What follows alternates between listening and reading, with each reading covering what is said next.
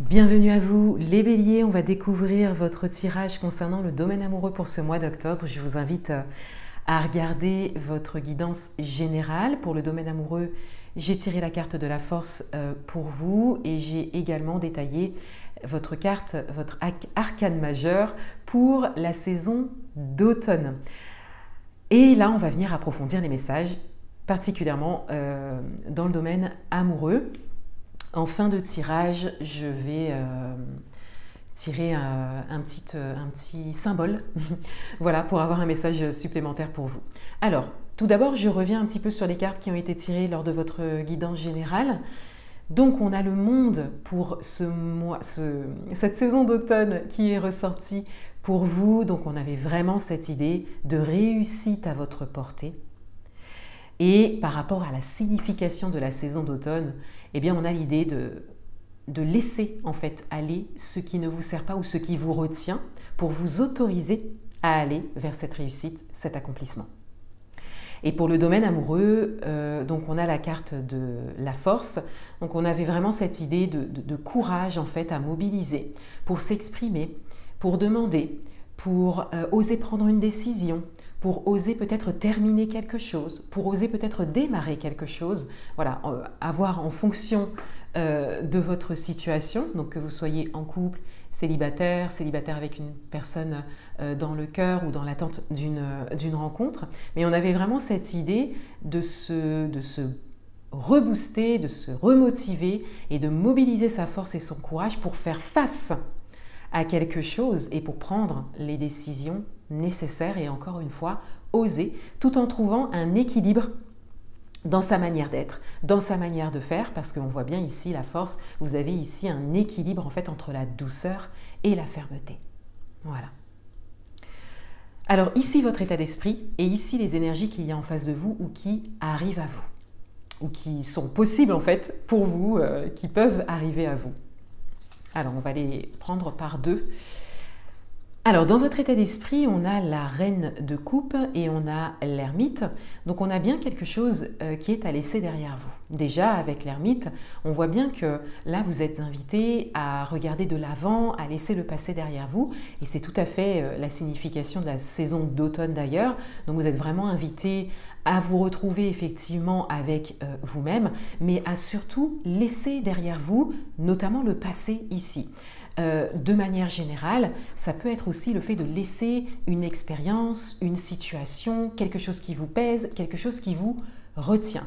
Mais on vous invite vraiment à être tourné vers votre avenir. Et avec la reine de coupe, on a cette idée que, alors pour certains d'entre vous, on a cette idée que vous avez beaucoup donné. Vous voyez, on a vraiment cette idée de bienveillance, de don de soi en fait avec la reine de coupe. Et là, il est temps de penser à vous en fait. Donc on a vraiment cette idée de recentrage sur soi, mais on a aussi cette invitation à la bienveillance, à la douceur, à l'écoute, à la compréhension. Donc vous pouvez adapter à votre propre situation, mais on a comme cette invitation à rester dans une certaine ouverture pour que la situation dans laquelle vous êtes à aujourd'hui vous permette de prendre les meilleures décisions pour vous, mais sans claquer la porte non plus, sans avoir une attitude que vous pourrez peut-être regretter, vous voyez. Voilà, que ce soit pour démarrer quelque chose ou terminer quelque chose ou prendre patience par rapport à quelque chose, voyez. On vous invite vraiment à garder en fait cette bienveillance que vous avez déjà. Donc pour certains d'entre vous, on a peut-être cette idée de « j'ai beaucoup donné, maintenant voilà, je pense à moi, etc. » Oui, c'est tout à fait... il peut y avoir cette interprétation-là ici, mais il s'agit de ne pas laisser ça complètement de côté et de venir trouver un équilibre en fait pour que vous puissiez aller vers votre avenir et construire ce que vous souhaitez au niveau amoureux ou améliorer votre vie amoureuse, voilà, en fonction de votre situation. Concernant les énergies qu'il y a en face de vous ou qui viennent à vous, alors on a le 7 de coupe et on a le 7 d'épée, on a deux 7. Et on a surtout deux cartes qui parlent beaucoup de réflexion, de questionnement, de doute. Hein. On a vraiment cette idée aussi de fuite avec le 7 d'épée, le fait de ne pas tout dire, peut-être un manque de franchise ou un manque d'authenticité. Ici, on a vraiment cette idée qu'il y a un besoin de faire confiance. Un besoin peut-être soit d'en savoir plus sur vous, ou soit que vous soyez dans le présent, que vous soyez là en fait. Et peut-être que vous preniez une décision. Ça peut aussi être l'inverse, c'est-à-dire, parce que les cartes sont quand même ici, mais c'est vrai qu'au regard de votre tirage, j'aurais plus été vers ma première interprétation, mais ça peut aussi être l'inverse, c'est-à-dire que en face de vous, ou ce qui vient à vous, ou ce qui se présente à vous, peut-être de manière répétitive, on a cette idée d'indécision, de réflexion, de ne pas être sûr, de faire un pas en avant, trois en arrière, etc. Voilà. Donc on a vraiment ces énergies-là. Donc soit c'est quelque chose que vous avez à laisser, soit il y a un équilibre à trouver. Bon, c'est toujours des deux côtés, mais là il s'agit de votre tirage, donc un équilibre à trouver de votre côté pour qu'il n'y ait pas ces doutes, ces questionnements, ces réflexions, cette attente, ce manque d'authenticité dû à une forme de méfiance en fait. Voilà. Donc là il s'agit vraiment de laisser le passé derrière soi et de peut-être ne pas forcément agir en fonction de ce que l'on a vécu dans le passé, parce que du coup, ça n'a pas de bonnes répercussions sur le présent. Donc il y a un travail en fait qui est assez profond, il y a un travail personnel qui est assez profond et qui, je pense, je le disais dans votre guidance générale, qui, je pense, va un peu durer en fait sur la période d'hiver également, parce que la période d'hiver, c'est vraiment la période d'arrêt, la période d'introspection, surtout au moment de l'entrée dans l'hiver en fait. Voilà, donc il y a un travail personnel qui est assez intense à engager. Et le mieux, c'est de le faire dès maintenant, hein, en automne. On regarde le dos de deck. On a le roi de coupe. Alors vous aviez un roi aussi en dos de paquet dans votre guide en général. Vous aviez le roi d'épée. Et là, on a le roi de coupe. Donc on a de nouveau cette sagesse qui ressort, hein.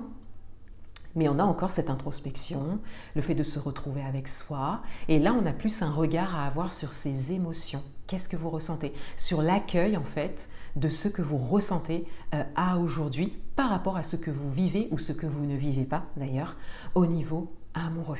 Voilà, donc il y a vraiment cette idée de retour à soi, de regard vers soi et de voir qu'est-ce que vous pouvez changer à l'intérieur de vous. Parce que on a quand même cette idée de doute, comme je vous le disais, hein, un pas en avant, trois pas en arrière, etc. Mais là, il ne s'agit pas, et de toute façon, ça n'est pas possible, de changer l'extérieur. Là, il s'agit d'aller voir à l'intérieur, en fait, ce qui peut être changé, ce qui peut être transformé, ce qui peut évoluer, pour que vous puissiez créer la meilleure réalité possible pour vous au niveau amoureux. Je vous invite encore une fois à regarder votre guidance générale. Alors, je vous prends des éléments au hasard. Hop. Alors, on a un téléphone, donc on a de la communication. C'est intéressant parce que on a un téléphone. Alors, je ne sais pas si vous voyez, je sais pas.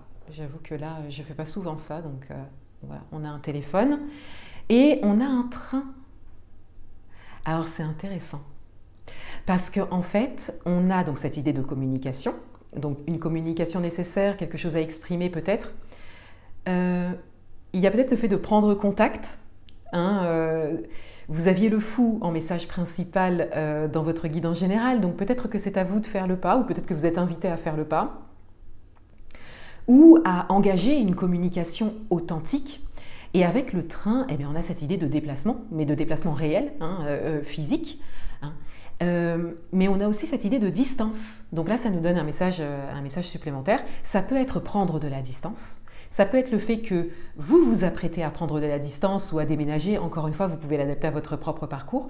Ou il y a une distance dans votre vie amoureuse. En tout cas, il y a cette idée de déplacement et de communication. Donc ça peut être une communication à distance, mais ça peut être aussi le fait de se déplacer pour communiquer. Et s'il n'y a pas de distance, hein, s'il n'y a pas par exemple 300 km qui vous séparent, vous voyez, eh ben, ça peut être le fait de se déplacer pour communiquer de manière authentique. Peut-être qu'il y a besoin d'un face-à-face, voyez. Encore une fois, vous pouvez l'adapter à votre propre situation. Vous savez ce dont vous avez besoin là à aujourd'hui pour votre vie amoureuse. Et si vous n'êtes pas en relation ou que vous n'avez personne dans le cœur, il y a cette idée de se mettre en lien, de se mettre en relation, en communication, de se déplacer, de sortir peut-être, voyez. On a vraiment cette idée de déplacement, d'oser en fait aller quelque part et de vivre quelque chose en physique.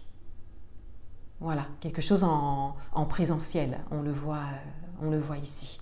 Et de travailler sur la communication. Et la communication en amour, c'est très intéressant d'ailleurs. Voilà. Voilà pour vous les béliers. Je vous souhaite encore une fois un beau mois d'octobre. Je vous dis à bientôt.